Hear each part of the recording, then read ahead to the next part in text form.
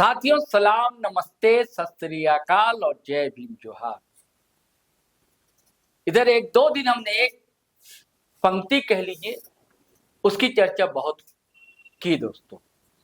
बोलो मत चुप रहो, बोलो मत चुप रहो। अलग अलग ढंग से आप कह सकते हैं, इसे बरत सकते हैं, इसके मायने समझ सकते हैं। आपको बता दूं कि बहुत पहले उर्दू के एक नॉवेल निगार थे, यानी कि नॉवेलिस्ट, उपन्यासकार। उनके एक नॉवेल का दरअसल यही टाइटल था, बोलो मत चुप रहो, बोलो मत चुप रहो। तो अभिव्यक्ति की आजादी की जो बात की जाती है, आर्टिकल 19 की बात की जाती है, जिसे संविधान ने दिया है, वो कहता है बोलो मत चुप रहो। जहां नीति हो, अत्याचार हो, गलत बात हो तो उसके खिलाफ आवाज उठानी ही चाहिए। लेकिन आज के हुक्मरां ये चाहते हैं बोलो मत चुप रहो। बिल्कुल, हमने कहा ना चुप रहना, चुप रहो। लेकिन नई पीढ़ी जो है, जिसे आजकल जेनजी कहा जाता है, मानने को तैयार कहां। कॉकरोच की बहुत चर्चा है, आपको पता है, कॉकरोच पार्टी। तो हमारे झारखंड में भी ऐसे लोग कम थोड़ी। इन्हीं में से एक नौजवान है मीशु कुमार मंडल, गिरिडीह के। मोबाइल लेकर यहीं चला करती, तो हर जगह दफ्तर दफ्तर, कहीं स्कूल, कहीं गलत देखा सवाल उठाने लगते। मैंने कहा ना कि भैया कैसे बोल सकते हैं तुम, आज के दौर में बोलने की हिम्मत है, चलो अंदर। यानी कि उन्हें जेल में ठूस दिया गया। और आपको पता है, इसी झारखंड में आवाज उठाने वाले एक विधायक है जयराम कुमार महतो, वहां पहुंच गए। जयराम के बारे में अक्सर कहा जाता है कि भैया कहीं पटल में से गायब तो नहीं, पर गायब नहीं, जहां जरूरत पड़ती है पहुंच जाते हैं। गिरिडीह पहुंचे, वैसे ही कहां पहुंचे जाते हैं, हजारीबाग। गोंदलपुरा में खनन परियोजना चल रही है, कई बड़े बड़े धंधा सेठों की। 1100 से ज्यादा दिन हो गए, चिलचिलाती धूप में लोग धरना दे रहे हैं, और आज सब पैदल चलते हुए पहुंच गए हजारीबाग प्रदर्शन के लिए। तो वहां भी पहुंचे। तो पहले चाहता हूं कि जब गिरिडीह पहुंचे तो कैसे कॉकरोच पार्टी की चर्चा कर डाली जयराम, उसके बाद हम आपको हजारीबाग में कैसे तड़तड़ाया उन्होंने, वो आपको सुनवाए। भारत देश में डिजिटल मीडिया पे प्लेटफॉर्म में, सोशल मीडिया प्लेटफॉर्म में एक नया कह सकते हैं मूवमेंट आया है, कॉकरोच जनता पार्टी। यानी वो क्यों आया, वो युवा रातों रात कैसे एकत्रित हुए सोशल मीडिया के प्लेटफॉर्म पर, एक क्रांति टाइप का लग रहा है। रीजन यही है कि व्यवस्था का काम ना करना, व्यवस्था से लोगों का काम ना बनना, तो ये एक मुख्य कारण रहा। तो जिस नौजवान की बात हो रही है उसे मैं जानता हूँ, तो कई बार हमसे मिलने आया, और वो लगातार अपने सोशल मीडिया के माध्यम से, अपने इस मोबाइल के माध्यम से फ्रीडम ऑफ स्पीच आर्टिकल 19 के माध्यम से वह सरकारी दफ्तरों में जो करप्शन है, लोगों का काम सुना नहीं जाता है, लोगों की परेशानियां हैं, हुक्मरान मौन रहते हैं, हुक्मरान चुप रहते हैं, उस पर वो लड़का आवाज उठाता था। और प्रशासन संभवतः मौके की तलाश में थी कि कभी कोई ऐसा मौका मिले कि उसे उसमें रपट दिया जाएगा। और वही हुआ, एक घटना घटी, एक शायद एक हत्या हुई, परिजन वहां धरना दिए, आंदोलन कर रहे थे।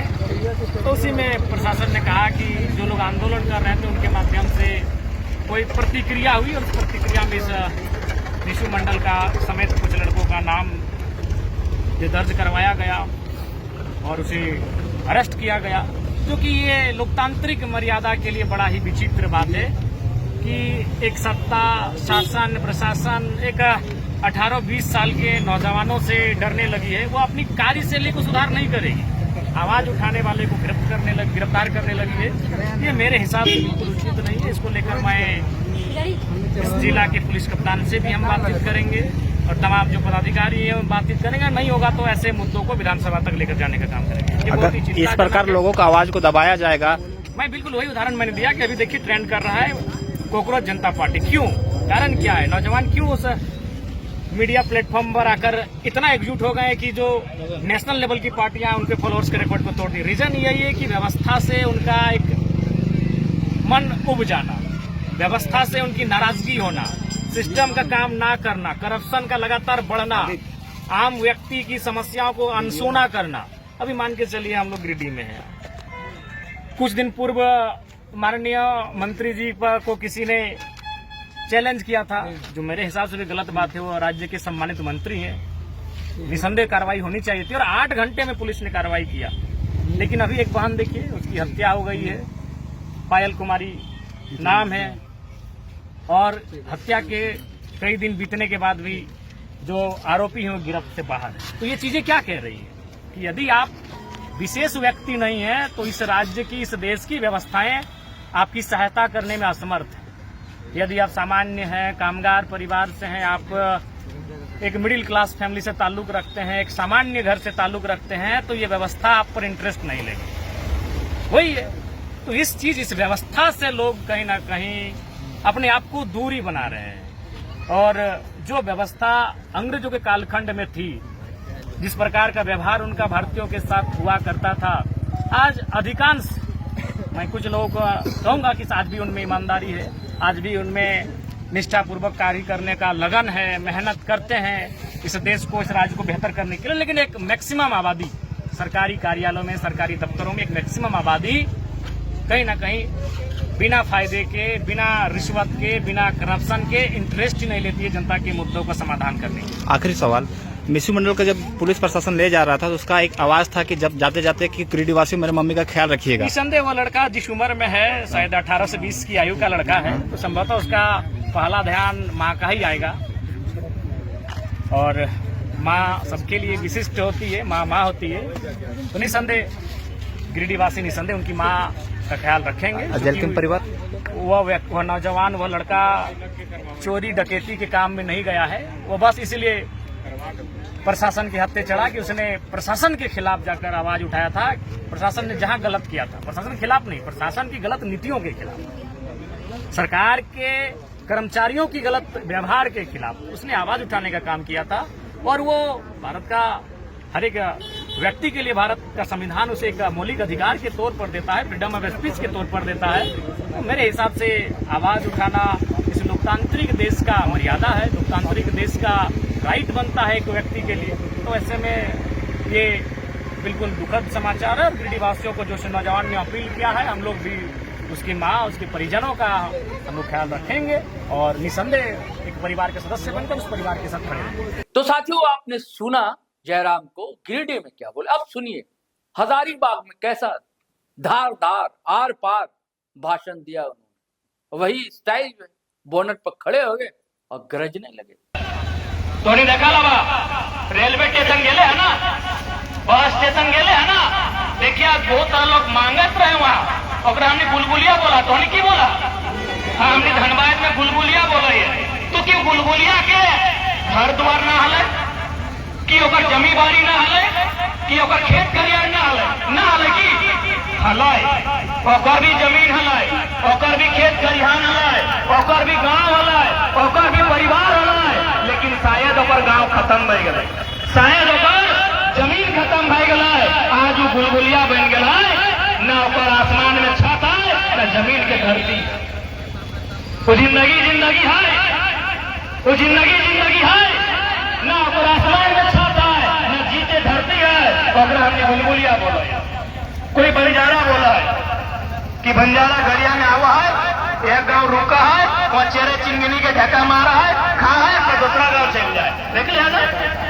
तो कि हमने जिंदगी उसमें हलक चाहिए, हाँ, इसलिए आज लड़ाई लड़ा तो, इसलिए आज लड़ाई लड़ा तो माना है कि लड़ाई बहुत टफ हो, लड़ाई बहुत बड़ा बड़ा आदमी से लड़ाई हो, लड़ाई तो है मोदी जी के दोस्त से हो ना, आसान लड़ाई ना हो। अडानी जी के लगते, मोदी जी के फेवरेट आदमी लगते। मोदी जी रूस से नाता तोड़ देते, मोदी जी ईरान से नाता तोड़ देते, लेकिन अडानी जी खातिर अमेरिका के गोड़ लग गए। 18% के टैरिफ ले लेते और अपन सामान 0% के टैरिफ। तो ओकर से इतना आसानी से लड़ लबा, ओकर से इतना आसानी से नहीं लड़ पाएगा। तो यदि मोदी जी के दोस्त अडानी से लड़ना हो, एनटीपीसी से लड़ना हो, मगध आम्रपाली से लड़ना हो या आधुनिक कंपनी से लड़ना हो, तो गांधी बन के लड़े, गांधी बन के लड़ा। तो कहे कि उस समय ब्रिटिश के महारानी रहे, चाहे ब्रिटिश के प्रधानमंत्री रहे, दुनिया के सबसे ताकतवर इंसान है, लेकिन गांधी केवल लाठी लेके लड़ गया, अपनी के देश छोड़ के भागे। और तोहनी जायज रास्ता चुन लिया, तोहनी के 30 किलोमीटर पैदल चल लिया, ये गांधी के रास्ता लगा, ये गांधी के रास्ता लगाए। आज जो तोहनी 30 किलोमीटर 40 डिग्री के टेम्परेचर में बड़का गांव से हजारीबाग चल के लिया, ये गांधी के रास्ता लगाए। और बिल्कुल अगर ये देश गांधी का है, क्योंकि बगल में डिप्टी कमिश्नर का ऑफिस है, शायद बैठे होंगे, अगर बैठे होंगे तो शायद उनके कार्यालय में गांधी की तस्वीर होगी।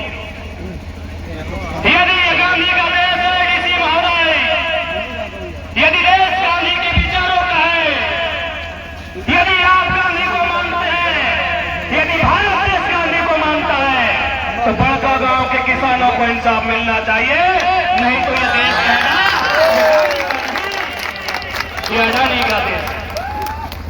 यदि बड़का गांव के किसानों को न्याय नहीं मिला डीसी महोदय, तो याद रखिएगा, यह देश कहेगा, देश के लोग कहेंगे, दुनिया के लोग कहेंगे कि अब भारत गांधी का देश नहीं रहा, भारत अडानी का देश बन गया। क्या डीसी महोदय, आपने जो संविधान का शपथ लिया था, जिस संविधान की शपथ कसम खाकर, आपने प्रतिज्ञा खाकर इस देश के लोगों का सेवा करने का बात कहा था, उस संविधान के प्रियम्बल में क्या लिखा है महोदय, अब पढ़िएगा। उसमें लिखा है समाजवाद, उसमें पूंजीवाद कहीं नहीं लिखा। आप जितने सरकारी अधिकारी हैं, आप पढ़िएगा भारत के प्रियम्बल को, भारत के संविधान के प्रियम्बल को पढ़िएगा। उस प्रियम्बल में लिखा है, हम भारत के लोग भारत को एक धर्मनिरपेक्ष और समाजवाद राष्ट्र बनाएंगे। तो यदि बड़का गांव के किसानों को न्याय नहीं मिलेगा, तो पूरी दुनिया ठोकेगी हमारी व्यवस्था पर, पूरी दुनिया धिक्कारेगी हमारी व्यवस्था पर। तब आप गर्व मत कीजिएगा कि हम दुनिया के सबसे बड़े लोकतांत्रिक देश का अभिमान मत करिएगा। तब दुनिया को यह मत कहिएगा कि आप पूरे विश्व के सबसे बड़े लोकतांत्रिक देश से ताल्लुक रखते हैं, आपके यहाँ मानव अधिकार है, आपके यहाँ संविधान है, आपके यहाँ कानून का देश है। इसलिए आज इस धरना के माध्यम से, इस प्रदर्शन के माध्यम से मैं हजारीबाग जिला प्रशासन और जिला प्रशासन के मुखिया को कहना चाहूंगा कि जो यहाँ के लोगों की मांगे हैं, क्योंकि जमीन संबंधित मामला उसमें डीसी की भूमिका होती है, जमीन संबंधित मामलों में डीसी की भूमिका होती है। आप रिपोर्ट तैयार करिए, आदरणीय डीसी महोदय, आप रिपोर्ट तैयार करिए और केंद्र सरकार को भेजिए, क्योंकि खनन लीज देने का काम केंद्र सरकार का होता है। आप केंद्र सरकार को अपनी रिपोर्ट प्रस्तुत करिए कि यहाँ के लोग भारत का जो भूमि अधिग्रहण कानून है, भूमि अधिग्रहण अधिनियम 2013 जो कानून कहता है, यदि किसी जमीन का अधिग्रहण किसी सरकारी, किसी सामुदायिक या जनहित के कार्य के लिए किया जाएगा, उसमें शर्त है 80% लोगों की सहमति होनी चाहिए। क्या 80% लोग सहमत हैं? क्या 80% लोग सहमत हैं? क्या 80% लोग सहमत हैं? नहीं डीसी साहब, रिपोर्ट तैयार करके भेजिए, रिपोर्ट तैयार करके भेजिए उपायुक्त महोदय। यदि 80% लोग तैयार नहीं है, तो आप रिपोर्ट तैयार करके भेजिए कि यहाँ के लोग जमीन नहीं देना चाहते। जमीन हमारी माँ है, अगर जमीन है तो हम हैं, अगर जमीन नहीं है तो बुलबुलिया है। यदि जमीन है तो हम हैं, जमीन हो तो गोतनियों हो, और जमीन हो तो भेसरो हो, और जमीन हो तो भवासिनियो हो, और जमीन हो तो ससुरो हो, जमीन में ना हो तो गुलगुलिया और बंदर। जमीन में लगा सब कुछ, जमीन में नहीं रहा तो कुछ ना हो। बताइयो ना, भगवान राम जमीन खोजलथिन कि हमार जमीन में दे दे। कौन जमीन वाला जनता 1500 में ले गया बाबर के समय जमीन हथियाल गया, वो जमीन में भगवान राम के लोगन माने वाला मान लेते 500 साल के बाद कि हमार जमीन में दे दे। तो हमने अपन जमीन में जोर कहने कर भाई, अरे वो भगवान आला से जमीन में जोर कर ले, तो हम तो इंसान लोग, हम तो बड़ी मुश्किल से खटाई, हम तो बड़ी मुश्किल से कमवाए, हम तो बड़ी मुश्किल से घर परिवार चलवाए, तो हम जमीन में कहने में कि गलत बोला बड़का गांव के जनता की हम गलत बोल वालियो। जमीन हो तो अस्तित्व हो, जमीन हो तो घरवा हो, परिवार हो, सब हो। जमीन में ना हो कोई पहचान नहीं। आज बहुत ही दुख की बात है, आज बहुत ही ताज्जुब की बात है कि भाई भारत को आप कैसा देश बना रहे हैं। आज देखिए जिस प्रकार से देश के प्रधानमंत्री जी ने देश की जनता को संबोधन करते हुए कहा है सोना नहीं खरीदना है, पेट्रोल बेकार में नहीं चलाना है। यकीन मानिए कुछ दिन बाद देश के प्रधानमंत्री, राज्य के मुख्यमंत्री कहेंगे कि 11 बजे के बाद घर से नहीं निकलना। इतना गर्मी है, क्यों? क्योंकि आपने नुकसान किया है। अरे गांव है तो पेड़ है, गांव है तो जंगल है।